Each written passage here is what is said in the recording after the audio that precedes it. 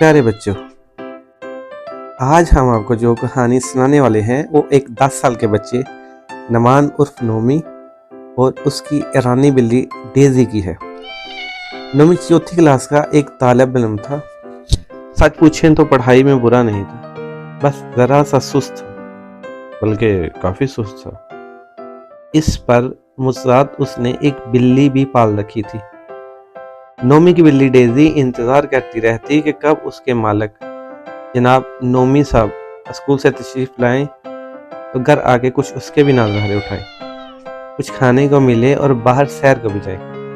पर सदा की सुस्ती का मारा नोमी स्कूल से घर आके काहली से बिस्तर पे पड़ा मोबाइल फ़ोन पे कार्टून देखता रहता या प्ले स्टोर पे गेम्स खेलता। डेजी बेचारी अक्सर भूखी और नाराज़ रहती। अगर अम्मी या बड़े भाई फैज़ान को याद आ जाता तो वो इसकी बिल्ली को खाना खिला देते, वरना फाका चलता रहता।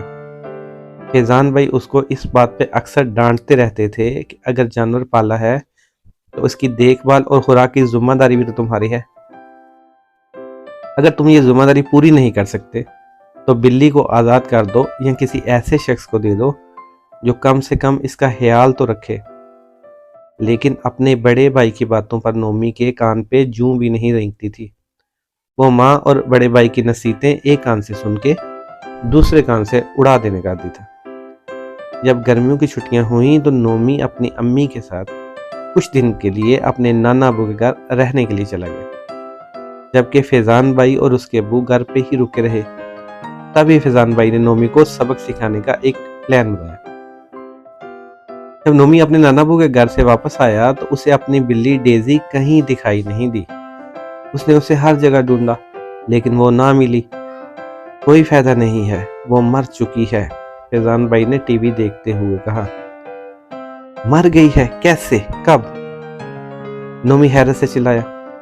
तुम्हारी उम्दा देखभाल की वजह से उसकी सेहत तो पहले ही खराब थी, कि शायद वो तुम्हारी जुदाई का गम बर्दाश्त न कर सकी और दुनिया से ही चली गई।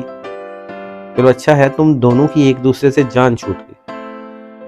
नोमी को फैज़ान भाई की बात पे यकीन नहीं आ रहा था, लेकिन शक करने की कोई वजह भी नहीं थी। वो उदास हो गया। रात को जब सब सोने के लिए लेट गए तो नोमी ने अपने नीम तरी कमरे में बिल्ली का साया और मियाऊ की आवाज़ सुनी। उसने उठ के लाइट जलाई तो वहाँ कोई भी नहीं था।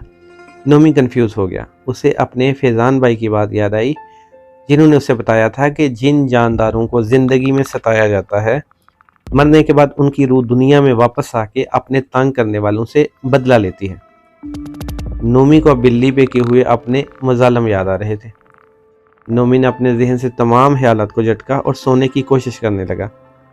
जब काफ़ी कोशिश के बाद नोमी की आंख लगी तो उसे फिर से मियाऊ की आवाज़ सुनाई दी। उसने मुंदी आंखों से देखा तो उसे अपनी बिल्ली डेजी अपने बेडरूम की खिड़की पे बैठी नजर आई। नोमी डर के उठ गया और जल्दी से लाइट जलाई, लेकिन अब खिड़की बिल्कुल खाली थी।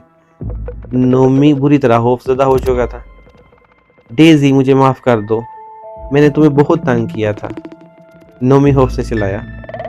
बिल्ली की म्याऊं की आवाज़ दोबारा सुनाई दी। क्या तुम यही हो डेजी? नोमी ने डरते डरते कहा। हाँ मैं यही हूँ और तुमसे बदला लेने आई हूँ। बिल्ली की गुर्राहट अमीज़ इंसानी आवाज़ सुनाई दी और नोमी सोचने लगा कि शायद मरने के बाद जानवर भी इंसानों की तरह बोलने लगते हैं। मुझे माफ़ कर दो, मैं अब जिंदगी में दोबारा किसी को तंग नहीं करूँगा, नोमी ने रोते हुए कहा। तुम झूठ बोल रहे हो, तुम अपनी मामा पापा को भी बहुत तंग करते हो, ना घर का कोई काम करते हो, ना बाजार से कोई चीज़ ला के देते हो और ना ही अपना कमरा साफ करते हो। बिल्ली ने कहा, मैं अब सारे काम किया करूँगा और किसी को तंग नहीं करूँगा, प्लीज़ तुम यहाँ से चली जाओ, नोमी ने कसम खाते हुए कहा। ठीक है अभी तो मैं जा रही हूँ, लेकिन 1 महीने बाद आके देखूंगी तुमने अपने वादे पे अमल किया है या नहीं, बिल्ली ने कहा, जो कि दरअसल फैज़ान भाई थे, जो खिड़की के पीछे छुपे हुए थे। नोमी की बिल्ली उनके हाथ में थी। उन्होंने नोमी को सबक सिखाने के लिए ये सब किया था। अगले दिन उन्होंने नोमी की बिल्ली पालतू जानवरों से मोहब्बत करने वाले अपने एक दोस्त को तोहफे में दे दी। लेकिन नोमी अब वाकई ही बदल चुका था। وہ صبح اٹھ کے باقاعدگی سے برش کرتا اور نہاتا، پھر اپنے بستر اور کمرے کو درست کرتا، پھر اسکول سے گھر آنے کے بعد اس کی امی اسے گھر کے لیے جو کام کہتی ہیں وہ بھی کر دیتا تھا۔ یہ نومی اتنا اچھا کیسے ہو گیا ہے؟ ایک دن نومی کی امی نے حیرت سے فیضان سے پوچھا۔ فیضان بھائی ہنس پڑے اور کہا کہ یہ سب اس کی بلی ڈیزی کا کمال ہے۔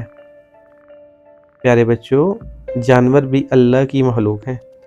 اگر ہم انہیں پالنے کا شوق رکھتے ہیں تو پھر ہمیں ان کی دیکھ بھال بھی فرض اور عبادت سمجھ کے کرنی پڑے گی، ورنہ اللہ تعالی ہم سے ناراض ہو جائیں گے۔